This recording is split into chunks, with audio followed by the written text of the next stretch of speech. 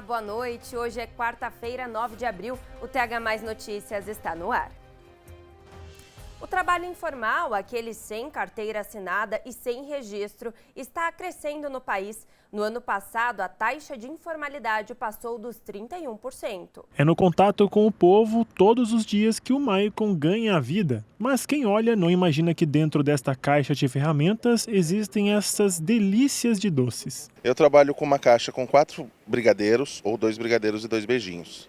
Cada caixinha sai a R$ 10. Não é nem 12 e nem 15, é 10. Única nota. Trabalho mais pessoalmente, eu trabalho na parte da manhã, às vezes à tarde e à noite. À tarde eu não saio muito, saio mais de manhã e à noite. De segunda a segunda, sem folga. Uma ideia que ele adotou para surpreender e tem dado certo, já que esta é a sua única fonte de renda. E olha que já faz um bom tempo que ele tem se dedicado a consertar o dia dos clientes com um docinho. Antes eu era cobrador de van do alternativo. Aí resolvi sair e falei, vou trabalhar para mim mesmo. Comecei a vender com caixa térmica. Aí estava rolando lá o celular, vi uma pessoa, Caio, e ele trabalha com a mesma coisa, só que ele trabalha fora do Brasil. Eu falei, meu Deus, será que vai dar certo? Aí começou só a aparecer coisa dele. Aí eu falei, eu vou tentar e vou fazer. Se não der certo, eu tenho uma boa caixa de ferramenta. Fui, tentei, entrei no comércio, a pessoa parou, aí falou, o que que foi, moço? Eu falei, eu vim consertar seu dia.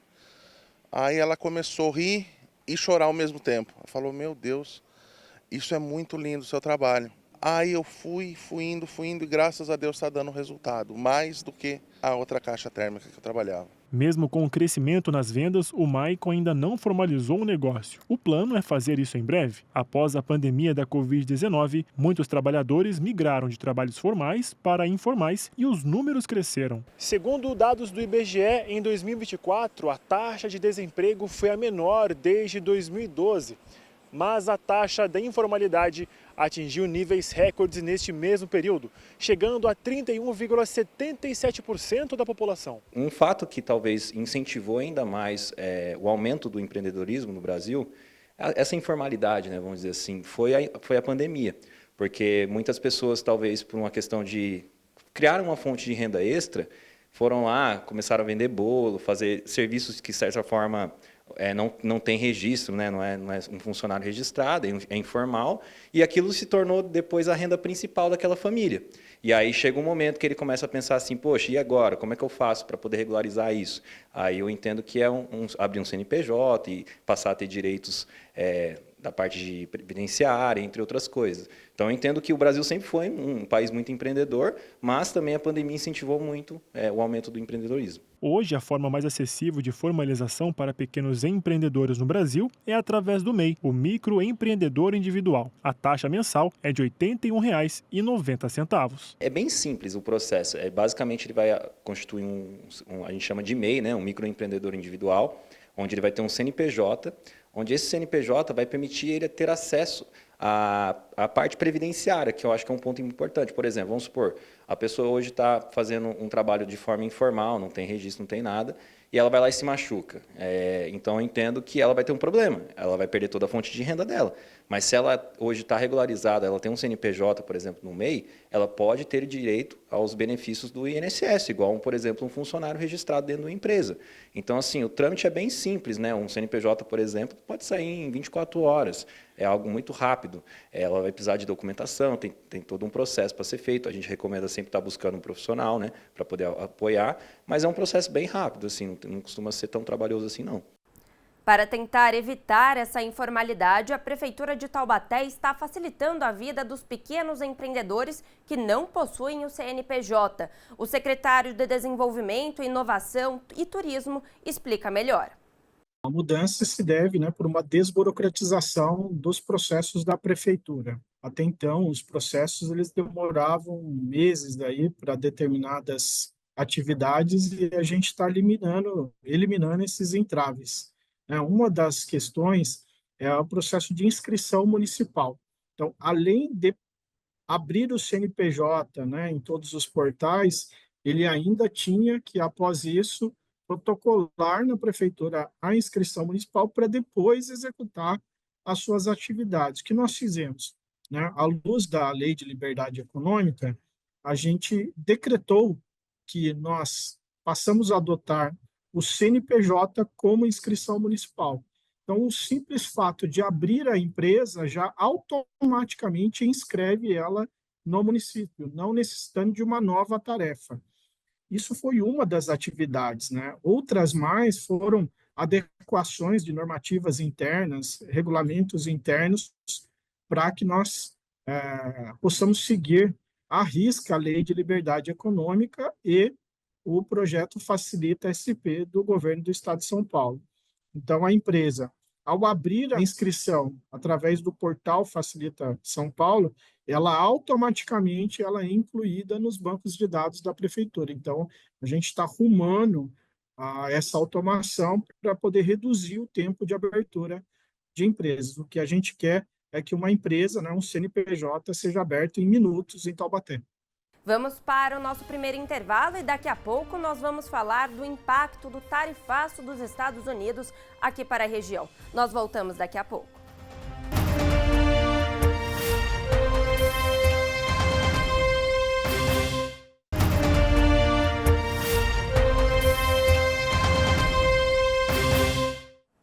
Enquanto alguns setores sentem o peso da tarifa de 10% para exportação, outros podem se beneficiar. Inclusive, os alimentos e os combustíveis podem ficar mais baratos. Há meses a reclamação é a mesma. Mistura cara, né? Carne, ovos, café. Eu fui comprar um tomate, estava R$18 o quilo. E nem na feira está fácil negociar. Como a mercadoria está oscilando muito, às vezes nós não conseguimos nem dar um desconto que as pessoas desejam ter. O ovo segue sendo o principal vilão. E olha que por aqui a dúzia do caipira sai por R$17, enquanto a cartela com 30, R$40. Acha que com o Trump, com essas tarifas, pode ter reflexo no ovo também? A gripe aviária que teve lá, né? Isso prejudica a produção e eles vão procurar produtor de fora para preencher o mercado deles, né? E falta para todo mundo. Falta para todo mundo. Puxada pela alta demanda norte-americana, as exportações brasileiras de ovos aumentaram mais de 342% em março. Mas agora, com a taxação de Donald Trump, vai ficar mais caro enviar o produto brasileiro para lá, o que pode reduzir o preço aqui no país. A alta do dólar sempre pode gerar um novo aumento nos preços. No entanto, o cálculo sobre o impacto do tarifaço de Trump na economia interna é bem mais complexo. Por isso, os economistas são cautelosos para avaliar os cenários. Eles dizem que alguns setores aqui no Brasil podem, inclusive, ser beneficiados por essa briga mais acirrada entre Estados Unidos e China. Os Estados Unidos simplesmente está jogando o Brasil no colo da China. Porque o que eles exportam de commodities é também mais ou menos o que a gente exporta de commodities para a China, especialmente a soja. Por conta disso, os chineses vão deixar de comprar soja americana e vir comprar soja no Brasil. Se de um lado o agronegócio brasileiro pode se beneficiar exportando mais commodities como soja, milho e carne, ainda não é possível prever o impacto disso nos preços aqui no Brasil. Tem todo o efeito de choque que o Trump está causando em outros setores, na percepção de risco, de incerteza que afeta a taxa de câmbio, taxa de juros. A consequência de longo prazo é um mundo mais caro. Em vez de você comprar no mais barato, você compra no que não tem tarifa, você compra no que é próximo politicamente de você, a tendência é esse preço ficar mais alto. Da mesma forma que o celular deve ficar mais caro nos Estados Unidos, não necessariamente significa que no Brasil o valor do produto também vai aumentar. Isso porque tudo vai depender de para onde a China vai destinar o excedente das mercadorias, que antes eram vendidas aos Estados Unidos. Se vierem para o Brasil, a tendência é que os preços dos aparelhos diminuam. Os combustíveis também podem ficar mais baratos. É o que o ministro de Minas e Energia, Alexandre Silveira, acredita que vai acontecer. Nós temos um preço que tem todas as condições de ser reduzido. Agora, é importante dizer que o preço que está refletido essa semana no Brent leva muito em consideração as loucuras cometidas pelo presidente dos Estados Unidos, que a gente respeita, desde que ele se atenha à governança do seu país. A mesma cautela usada pelos economistas também está presente no dia a dia da dona Rita. Ela não abre mão da boa e velha pesquisa de preços para ficar dentro do orçamento de R$500 para os itens básicos de casa. Tem que ver onde tem promoção, se no mercado é R$2 a mais e o outro é menos, você vai no outro, 2 ali, 2 no mercado, põe no dia, dá uns R$10, já dá para comprar um frango. Última pausa por aqui, daqui a pouco nós vamos falar da dengue e ainda sobre o uso de celulares em escolas. A gente volta daqui a pouco.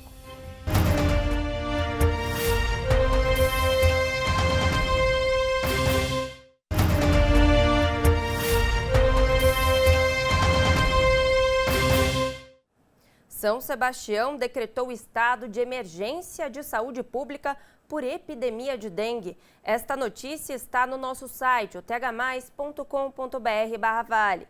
De acordo com a Prefeitura, o aumento nos casos da doença tem preocupado. Neste ano, a cidade já tem 500 casos de dengue e uma morte está sendo investigada. São Sebastião é a cidade com mais casos no litoral norte. Amanhã as máximas caem um pouco e esfria bastante aqui na região. A previsão é de chuva em todo o vale. Vamos ver nas temperaturas em algumas cidades? Em Pindamonhangaba, máxima de 27 e mínima de 12 graus, com bastante chuva. Em São José dos Campos, máxima de 25 e mínima de 13. Caraguatatuba, litoral norte, acabamos de falar, máxima de 26 graus e mínima de 18.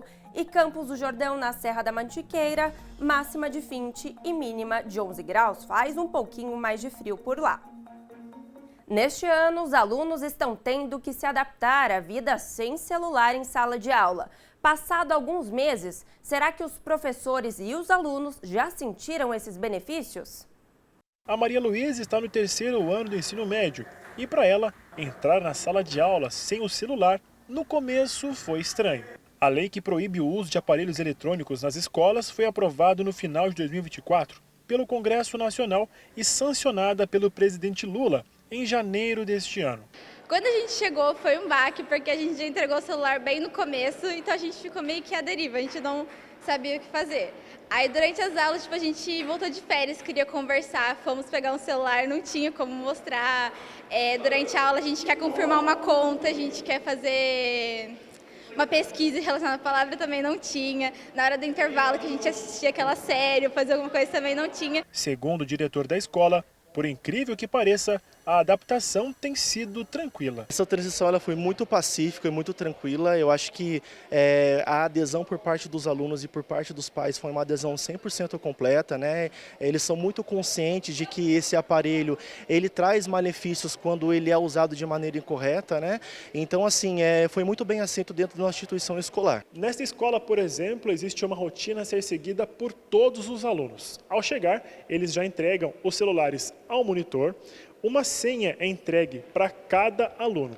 Os celulares, então, são guardados dentro destes envelopes, armazenados nesta caixa e todos eles são guardados nestes armários. E aí sim, apenas após as aulas, os alunos terão acesso aos celulares. O Juliano, por exemplo, não sentiu tanta diferença com a nova lei. Para mim, foi meio natural, porque eu mesmo não utilizava o celular durante a sala de aula, eu pegava, desligava e colocava. Mas agora eu só não trago mesmo o celular. Mas, tipo, por exemplo, meus amigos, tem alguns que já enlouqueceram ali. Uma amiga minha já ficou doida, já, meu Deus, eu quero celular, cadê, não sei o quê. Eu já não tinha esse costume mesmo de pegar o celular, eu já pegava e botava na mochila. Já na primeira semana a gente já pôde notar melhorias, principalmente na parte de socialização dos alunos. Então eles conversam mais, eles se expressam mais. Antes, né, que tinha o aparelho celular assim de modo 100% usual em todo o período escolar, eles expressavam, por exemplo, sentimentos em emojis. Né? Agora, com essa proibição, eles conseguem conversar um com o outro, expressar seus sentimentos um para o outro e também existe sim um foco maior na concentração dentro do período de aula, então a gente está notando muito isso aqui no nosso colégio. Além de melhorar o rendimento escolar, deixar o celular de lado também está melhorando o convívio entre eles. Agora, depois de algumas semanas, a gente já acostumou, a gente tá vendo que foi um pouco benéfico, porque a sala em si está mais interagindo com o professor, interagindo com a aula, o silêncio, mas foi um baque assim no começo, não foi fácil não. Não tem mais a coisa que para ali na conversa, não tem mais o aparato do celular. Apesar da proibição, as escolas têm a liberdade para administrar as regras de uso. A lei proíbe, porém nós como escola entendemos que ao final do término da aula, existem alguns alunos que vão fazer cursos extras, tem alunos que trabalham, então eles necessitam do aparelho celular. Então assim, a lei ela proíbe, mas a escola ela é flexível, entendendo essas condições dos alunos também. Uma novidade que aos poucos os alunos do Brasil inteiro estarão acostumados. O TH+ fica por aqui. Muito obrigada pela sua companhia. Fique agora com o SBT Brasil. Tchau.